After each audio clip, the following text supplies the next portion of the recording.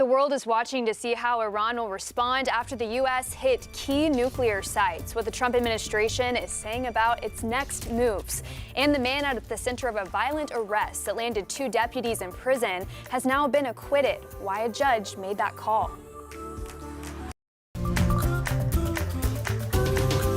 Covering news where you live. This is 5 News at Noon. Well, thank you for joining us today for your 5 News at Noon. I'm Morgan Wrigley, joined here by Joshua Weisel.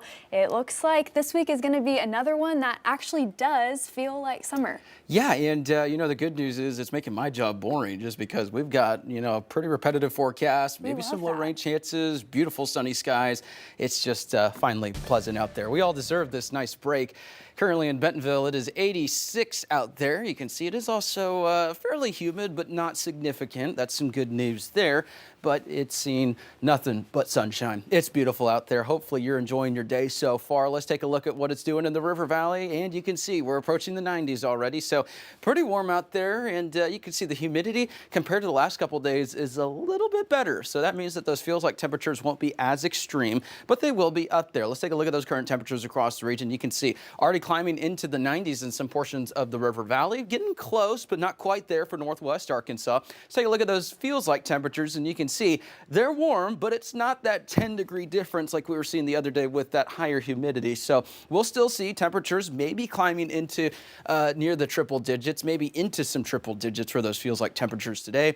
But other than that, it's just going to be another beautiful and hot day out there. So stay hydrated. If you got any sort of plans to go to the pool today, it's going to be a great one to do so just because we've got abundant sunshine, we've got nice warm temperatures, and the winds are going to be a little bit decreased to the last couple of days as well. So hopefully you get out there and you enjoy it. We'll have more details on this here coming up.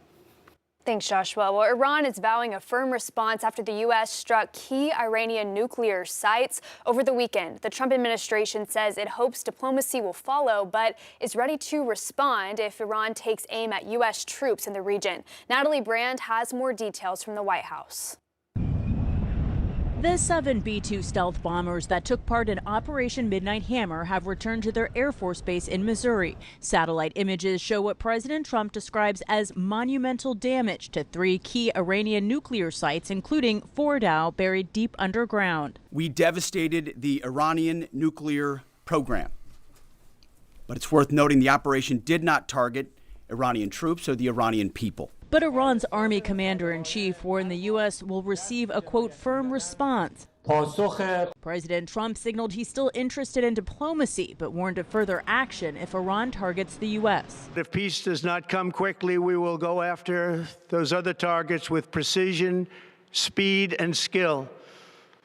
Most of them can be taken out in a matter of minutes. Secretary of State Marco Rubio said the U.S. is ready to meet with Iran. The Trump administration says the goal of the United States is not regime change. I think the president has been very clear that we are not interested in protracted conflicts in the Middle East. But this social media post Sunday is muddying the waters as the president asked if the current Iranian regime is unable to make Iran great again, why wouldn't there be a regime change? But if they refuse to engage in diplomacy moving forward, why shouldn't the Iranian people rise up against this brutal terrorist regime? That's a question the president raised last night. Overnight, Israel and Iran traded more missile strikes, fueling concerns about an escalating Middle East conflict. Natalie Brand, CBS News, the White House.